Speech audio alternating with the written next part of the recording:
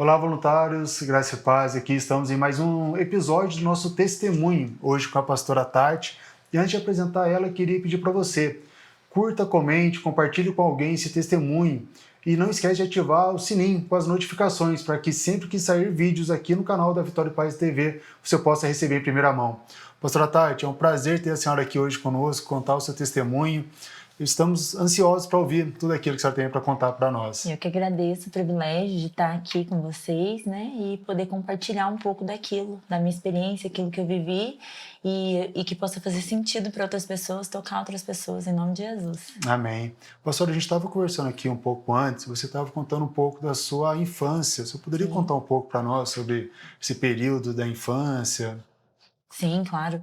Bom, eu nasci em São Paulo, né, num lar não cristão. Mas aí, com o tempo, a minha mãe, né, se converteu e tudo mais, mas era assim, ela ia na igreja, mas não tinha aquele, como se diz, né, não era assim, assídua.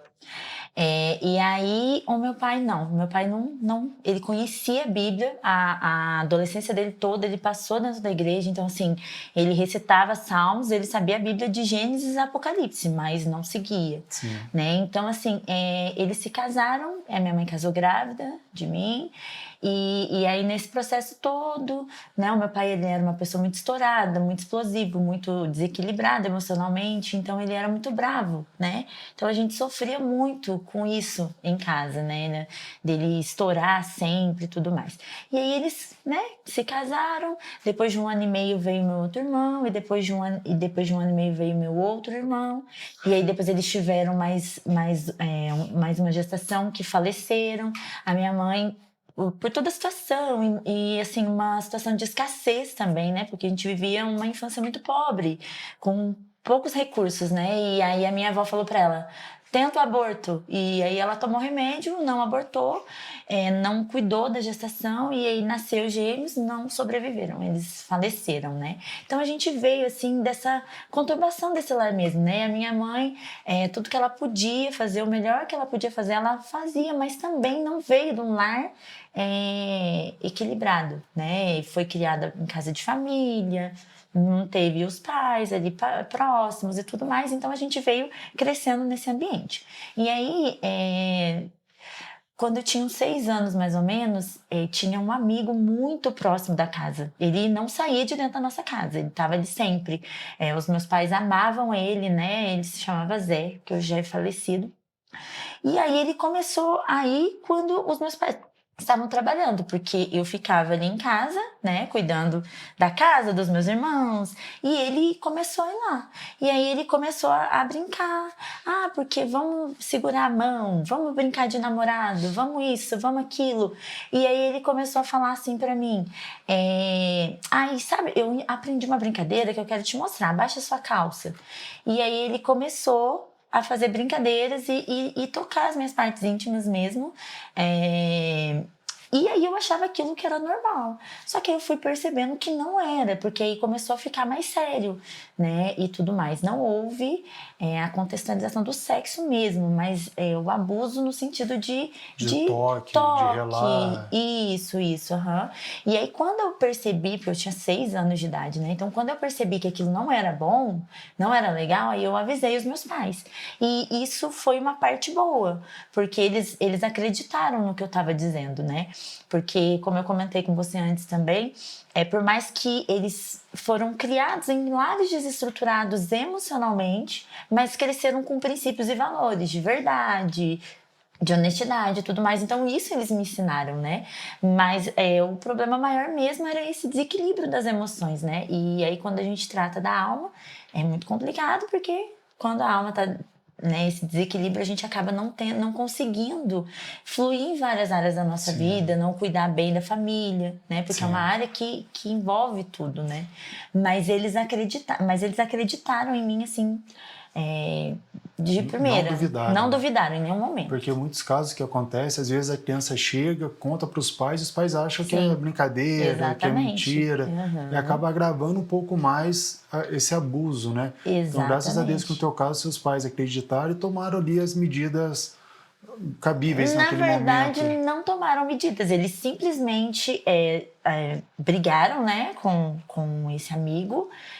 Cortaram relações, mas assim, não me levaram no psicólogo, não deram nenhum tratamento, né, para aquilo. Então, assim, acaba que aquilo ficou ali armazenado sem cuidado. Acabou o Entrou na abuso, caixinha. acabou o Exatamente. abuso, mas ficou as sequelas do abuso. Exatamente, sem um cuidado devido, né? Entendi. Porque esse sempre foi uma dificuldade deles, esse cuidado de médico, de escola. Eu não lembro de ter os meus pais numa reunião da escola. Eu não lembro dos meus pais ir numa apresentação da escola. Então, acaba que isso foi também uma parte que ficou ali armazenada, né? Entendi. Guardadinho, Que vai né? ficando são as pequenas coisinhas que vão trazendo um resultado lá na frente. Sim. No seu caso, acredito que veio na adolescência, Veio na né? adolescência. Que são pequenas coisinhas que vai acontecer na nossa infância e que acaba resultando em alguns vícios, em algumas coisas. Exatamente. E você também contou que dos 8 até os 16 anos também você passou por algumas situações, né, também. Sim, várias situações. O meu pai, ele era usuário de droga, então ele usava droga no fundo do quintal. E uma vez ele brigou com o pessoal, com um dos traficantes ali do bairro que a gente morava. E aí, esse traficante chegou um dia na minha casa, eu estava sentada na janela, eu me recordo certinho, estava sentada na janela e ele veio com uma arma. E ele apontou a arma na minha cabeça e ele queria saber onde estava meu pai. E aí eu falei assim, não, meu pai, ele tá trabalhando, ele não tá aqui. Você estava com quantos anos com isso? Eu tinha uns 8, 9 anos, mais ou menos. Nossa. Que aí a gente precisou sair dessa cidade e morar em outro lugar. Aí ficamos 1 ano, mais ou menos, nesse outro lugar. Depois a gente voltou e ficamos mais uns 3 anos. Foi quando a gente veio aqui pra Minas. Mas, assim, esse desequilíbrio do lar mesmo, de eu ser a mãe dos meus irmãos ainda criança, foi sempre isso daí, desde os meus 6 anos até a adolescência. Até a adolescência. Isso. Na adolescência você acabou se envolvendo um pouco com drogas, bebidas. Sim. E como foi todo esse processo? Eu sempre fui muito responsável no sentido de cuidar das minhas obrigações, de trabalhar, de tudo mais. Só que como eu tinha muita coisa guardada dentro de mim, muita informação que não foi liberada porque eu não tinha com quem conversar, não tinha para quem passar isso, né? Então aquilo tudo ficou guardado dentro de mim. Então eu fui crescendo com essa desestrutura emocional mesmo. Então, eu era uma pessoa muito explosiva, eu era uma pessoa muito nervosa, muito irritada e tudo mais. E aí foi aonde eu fui crescendo, conheci algumas pessoas, alguns traficantes que andavam, ia pra bar, ia pra baile, ia viajar e não sei o que. E eu comecei a me envolver com essas pessoas e eu comecei a beber. Começou tudo com a bebida, né? Porque a bebida era uma forma de eu esquecer toda a conturbação do meu lar. Que nesse processo da infância, os meus pais já estavam meio que separando, já tinha várias coisas acontecido. A gente já tinha se mudado para Minas Gerais, aí meu pai vendeu a casa, perdeu a casa. Então, assim, sempre teve esse desequilíbrio mesmo, né? De não ter mesmo essa constância. Então, mudava muito. Então, tudo isso começou a refletir quando eu fiz ali 16, 17 anos. Então, aí eu comecei com a bebida. Então, eu comecei a beber. E aí, bebo pra curtir. E aí, comecei a fumar. Foi os 2 pilares, né? Então, aí fumo só quando eu bebo. Aí, quando fui perceber, 7 horas da manhã, eu já tava com cigarro na boca, indo trabalhar e sem nem tomar café. E aí, comecei a usar a maconha. Porque a maconha alivia.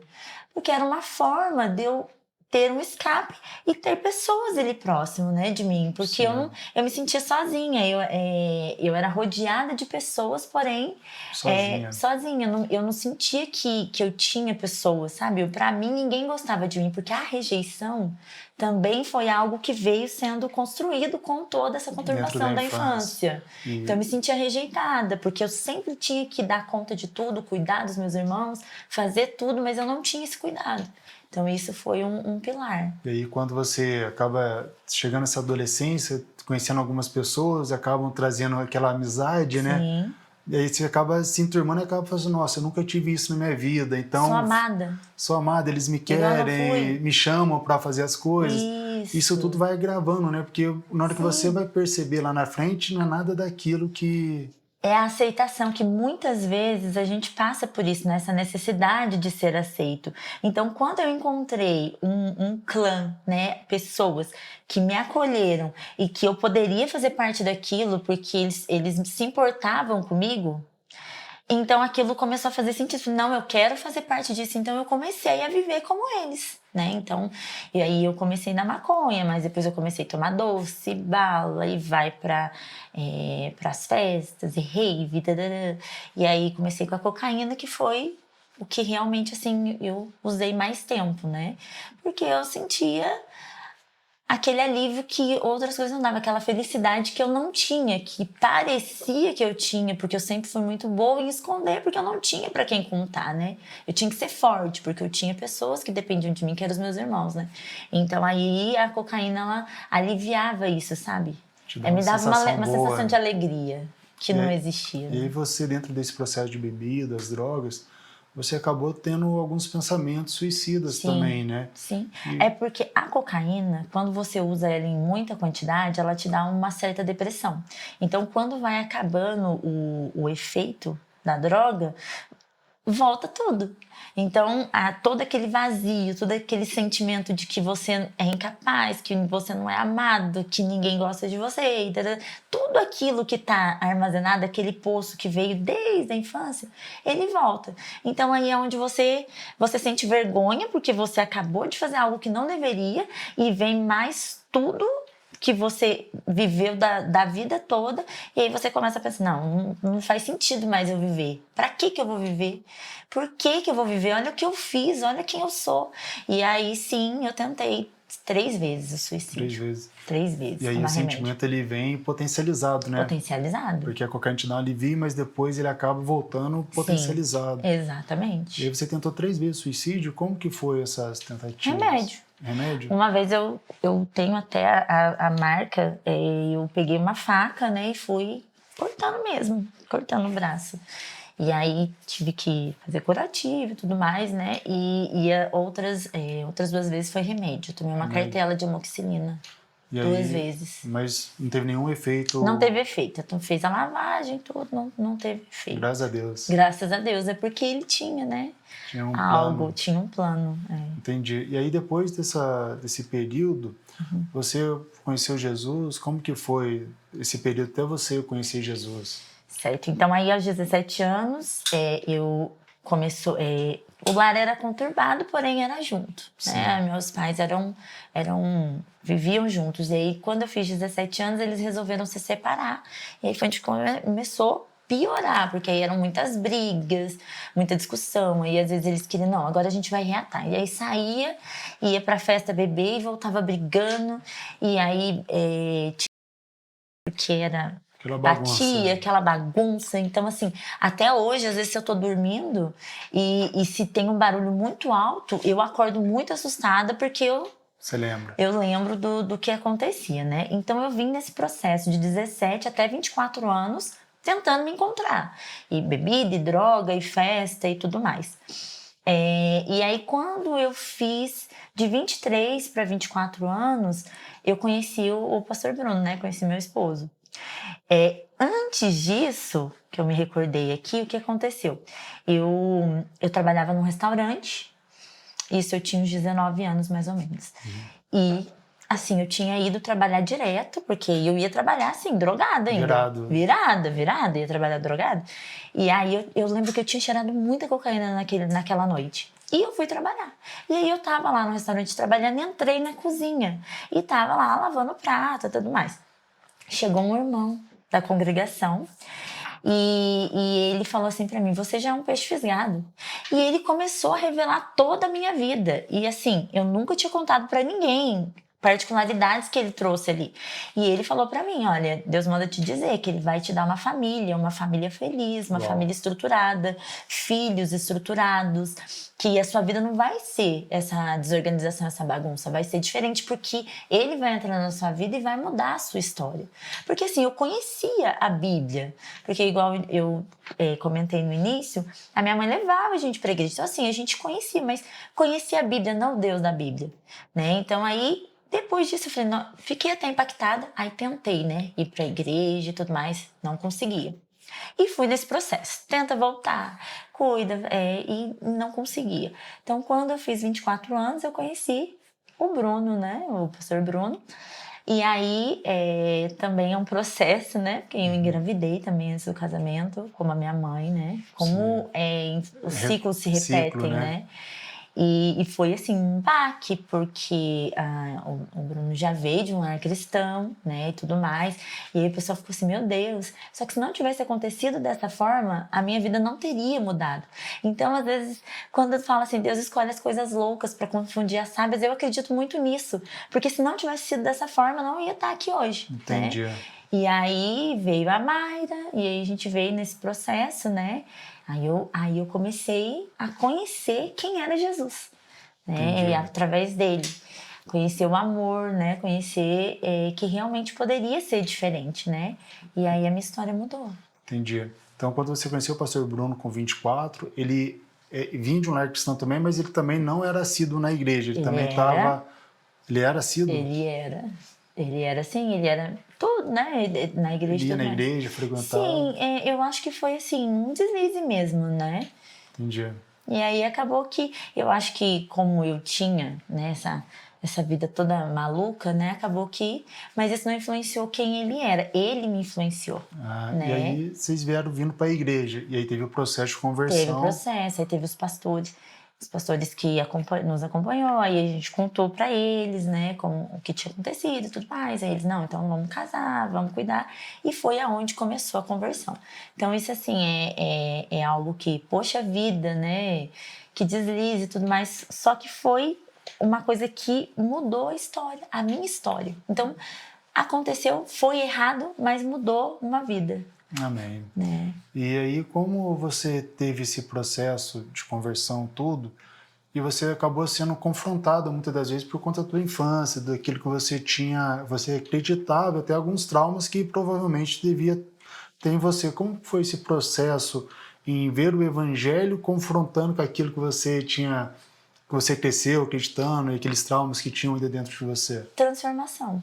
Porque a partir do momento que eu realmente tive um encontro com Jesus, ele começou a mudar o meu pensamento. A transformação na minha mente, ela começou a acontecer. Então, eu não queria mais ser daquela forma, eu não queria mais ser explosiva, eu não queria mais ser aquela velha Tatiane que era desequilibrada porque as emoções, não conseguia lidar com as emoções porque tudo foi sempre muito retraído, muito reprimido, né? E aí eu comecei a mudar, eu comecei a viver de outra forma, porque o Espírito Santo, ele realmente começou a habitar em mim. Amém. E aí quando o Espírito Santo habita, não tem como, Não tem o que fazer, né? Não tem o que fazer, ele realmente transforma, né? Então aí foi, sim, e ainda né? São processos. Hoje, claro, né? Totalmente curada, eu não vejo problema mais em contar sobre isso, em falar nada disso. Por quê? Porque eu sempre falo isso em todas as minhas pregações, uma ferida curada, um ministério aberto. Então hoje eu consigo falar abertamente, né? Tudo o que aconteceu, todas as situações que me trouxeram até aqui, e me trouxeram cura também. Então eu vim nesse processo um dia de cada vez, né? Tendo pessoas ali que me acompanharam, pessoas que oraram por mim, pessoas que me discipularam, né? E aí eu fui sendo cuidada, e aos poucos eu fui entendendo, né, que o amor do meu pai poderia ter falhado aqui nessa terra, mas o amor de Jesus nunca falha. Amém. Então eu fui curada na paternidade, eu fui curada em várias áreas da minha vida mesmo, para que hoje eu pudesse estar aqui contando Amém. Esse testemunho para vocês. É um processo, né? Cada vez, eu costumo falar que você cura de uma coisa e fala, nossa, estou curado de tudo. Passa o próximo culto, você fala, não, peraí, tem algo que eu tenho que curar ainda. Exatamente. É um processo que você vai indo e sempre tem alguma coisa que a gente vai tratando, vai melhorando. Sim, eu sempre costumo dizer que nós, como cristãos, a gente precisa cuidar de corpo, mente e espírito. A alma precisa ser tratada, porque se a gente não trata a alma, nós nunca vamos conseguir viver 100% o evangelho. A gente sempre vai ter algo travando, porque as emoções, elas paralisam em todos os sentidos, né? Sim. Ela te faz ter medo, ela te faz viver um evangelho que não é verdadeiro muitas vezes, porque você tem traumas que precisam ser curados e não foram curados, né? Então a alma precisa ser tratada. E hoje você tem uma família linda, né? 2 filhas, pastor Aham. Brunão, são pastores aqui na nossa casa. Sim. E como você enxerga hoje a sua família, digamos, olhando a tua família, olhando a sua família hoje, como você enxerga tudo isso? Como que você vê toda essa história hoje? Eu vejo que nós erramos, eu errei, o pastor Bruno também teve, né? Nós tivemos a falha na questão de ter a Mayra antes do casamento, né? Mas isso foi algo que fez com que a gente se aproximasse mais de Deus, vivesse mais o Evangelho, e isso fez com que a gente hoje tivesse uma vida equilibrada, né? Então hoje a gente tem um lar estruturado, a gente tem filhas que amam a Jesus, né? Amém. Tem a Mayra, ela é assim, eu falo que ela é um exemplo, né? Porque eu olho para mim e falo, eu não quero que ela tenha os mesmos desequilíbrios emocionais que eu tive, então eu cuido disso. Então hoje eu faço diferente, porque eu encontrei Jesus. Então a ferida, ela não me endureceu, ela me amoleceu. Então hoje eu tento ser uma mãe diferente, uma esposa diferente, né, para que eu não venha trazer traumas para elas Amém.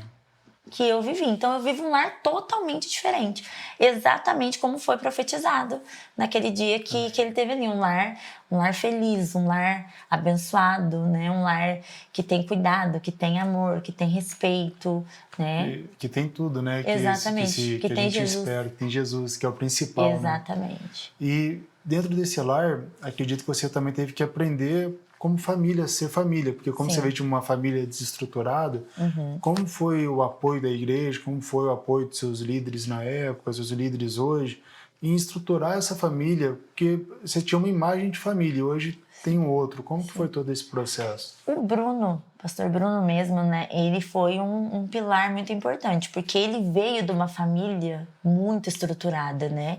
Então ele mesmo veio me trazendo para esse equilíbrio. Ele veio tratando as minhas feridas. Então ele foi o meu discipulador principal, Sim. né, que trouxe mesmo essa cura para mim. E eu tive também pastoras que me acompanharam, que oraram, que conversaram. Então, quando eu tinha crises, quando eu estava assim muito nervosa, eu tinha ali quem estava ali me orientando, falando, não, né, não é por aí.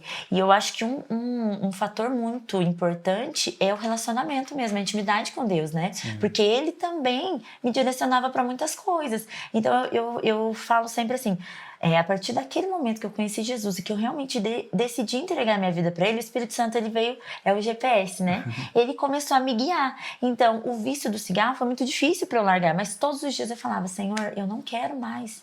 Eu não quero mais. E ele ia me transformando. Então eu aprendi a conversar com ele quando eu tinha dores, quando eu tinha feridas, quando eu, às vezes, alguma coisa que eu não conseguia resolver comigo mesmo, eu ajoelhava e orava. Então Deus também foi o meu alicerce, né? E é até hoje. Então, assim, eu tenho um relacionamento muito íntimo, né? Com Deus e procuro sempre estar ali, porque eu sei que se eu não estiver próxima dele, a velha Tatiane vai aparecer. Vai Então, voltar. vai voltar. Então, assim, é ele, sabe? Sim, eu tive pessoas, mas eu entendi que ele era o meu pai, que só ele poderia me transformar. Ele foi o principal. Isso. E, pastor, caminhando para o final já, se eu pudesse deixar uma mensagem para uma moça que pode estar nos assistindo agora, que passou por um abuso, por um lar familiar desequilibrado, que passou por experiências de droga, bebida, tentativa de suicídio, ou está nessas fases ainda, porque existe tanto que as pessoas passaram por abuso físico, mental, psíquico, corporal. Qual recado você deixaria para elas? Entrega teu caminho ao Senhor, confia nele, mas ele fará. Porque a partir do momento que você entrega a tua vida verdadeiramente para Jesus, que você entrega tudo, não é só 10% não é só o domingo aqui na igreja não, é tudo. Quando você entende que ele é o seu pai, que ele é o criador de todas as coisas, o seu criador, que só ele pode transformar a sua vida, você consegue ter forças para continuar né, a caminhar. Segundo, procurar uma ajuda psicológica. Hoje nós temos profissionais excelentes, né, e que são cristãos, que pode ajudar, né, e também os líderes, os pastores, que eles vão ali direcionar, né, estar com pessoas que vão te levar para o caminho que você precisa ir, né? Isso é muito importante, porque se você não sai daquele ciclo, se eu não tivesse saído daquele ciclo e ido para um ambiente saudável, eu jamais teria sido curada. Então, isso é muito importante, né? Então, confiar em Deus, entregar a vida para Ele, procurar ajuda psicológica, é muito importante, e também procurar os seus líderes espirituais, pessoas de confiança. Mudar de ambientes, né? Mudar de ambientes, exatamente. Amém. E para você que está nos assistindo aqui agora, queria deixar um recado para você. Você não está sozinho nessa fase tua. Procure Deus, ore para Deus, procure um líder, procure um pastor, porque nós podemos vencer tudo isso, assim como a pastora Tati venceu e está aqui hoje, a pastora da nossa igreja, uma referência para todos nós, você também pode ser um dia. Pastora, que linda história e que coisa, tem muitos detalhes, muitas coisas. Sim. E é uma bênção ver a senhora aqui hoje. Olhando para a senhora hoje, a gente vê, não imagina tudo que a senhora passou para chegar aqui hoje. Sim. É uma alegria ter aqui com a senhora, ter compartilhado a história conosco. Muito obrigado. Eu que agradeço e que esse testemunho possa tocar pessoas. É isso aí. E não esqueça de ativar as notificações para você seguir os próximos testemunhos que vamos ter aqui no canal do YouTube. Até mais.